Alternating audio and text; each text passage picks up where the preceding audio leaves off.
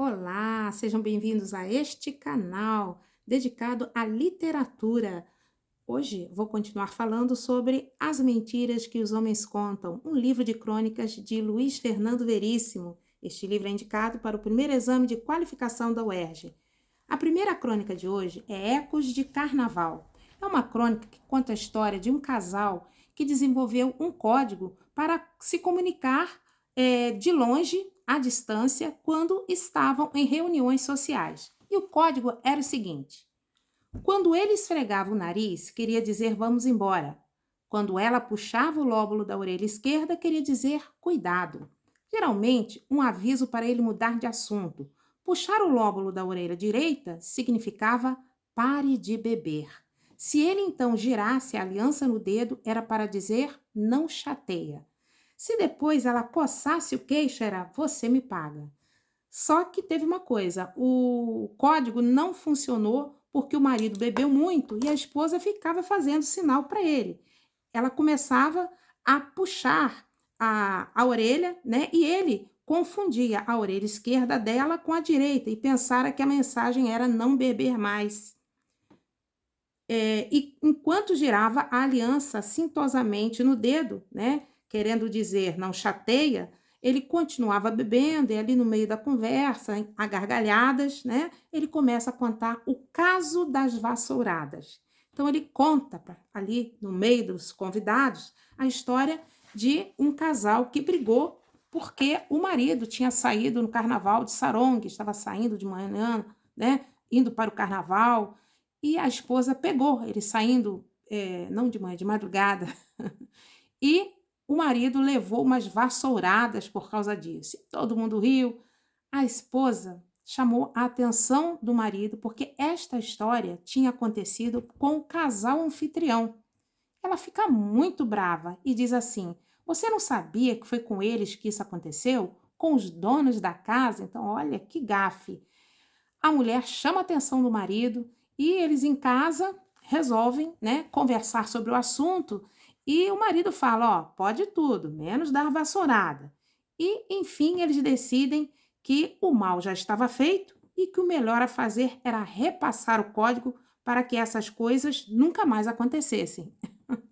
Uma crônica bem engraçada, né? Uma crônica em que o código, que é um dos elementos da comunicação, falhou porque um dos interlocutores estava bêbado. A crônica seguinte é O Verdadeiro José. José tinha duas famílias, uma no Rio e outra em São Paulo. E ele se comportava de uma forma muito interessante. Quando ele ia para São Paulo, ele se comportava como um carioca. Quando ele voltava para o Rio, ele se comportava como um paulista. Então, é um homem de vida dupla, um homem de uma vida paradoxal. Ele morre e no seu velório aparecem as duas viúvas. Elas acabam de ter uma surpresa, nenhuma sabia da existência da outra.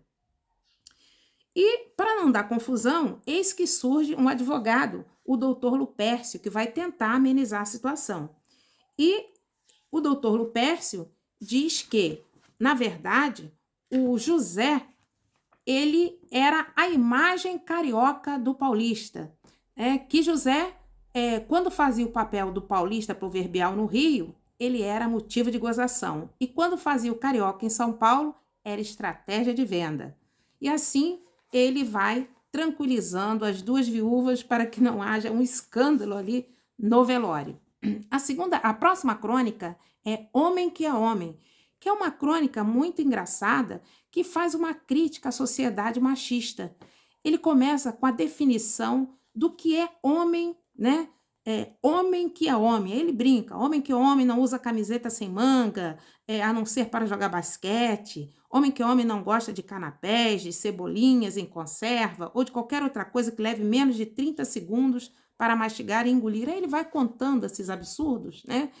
Tudo que o homem que é homem não faz, né? Para ele ser considerado másculo. Ele vai brincando. Aí chega um ponto que ele fala assim: agora eu vou usar uma sigla, HQEH, para dizer homem que não é homem. Aí ele usa essa sigla e vai definindo o que o homem que é homem faz, o que deixa de fazer. Depois ele propõe um teste com 3 situações para o leitor escolher, para saber se o leitor é homem mesmo.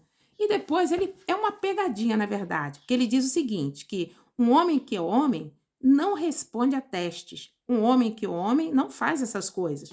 Então ele apresenta ali alternativa A, alternativa B, alternativa C, como aqueles testes, né? Só que no final ele fala, ó, homem que é homem não responde a testes. E assim ele vai levando esta crônica engraçada, que é uma verdadeira crítica, né, à sociedade machista. A próxima crônica chama-se Nobel, que é uma brincadeira de mau gosto que leva à violência.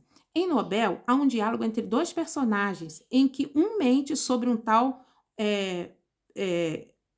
Roger Palac, que ganhou o Prêmio Nobel de Literatura. Só que esse Roger Palac não existe. Mas o outro embarca nessa mentira e vai dizendo, sim, eu conheço. Então, o interlocutor também mente, para não dizer que não sabia, para não dizer que estava por fora, né, de quem recebeu o Prêmio Nobel. E, no final, o que inventou a mentira revela, ó, é tudo mentira, não existe, né? Esse Roger Palac não existe, né? Não ganhou prêmio coisíssima nenhuma. E aí começa a violência, né? O outro, muito chateado por ter caído nessa brincadeira, vai lá e estrangula, esgoela, né? Escuta, você, eu, era brincadeira, espera, sons de briga, alguém sendo esgoelado. A crônica termina numa cena de violência. Bom, por hoje é só. Até a próxima. Curtam este vídeo, compartilhem e podem fazer as perguntas que vocês quiserem a respeito da prova da UERJ 2025, que eu posso dar algumas instruções e dicas valiosas. Até a próxima!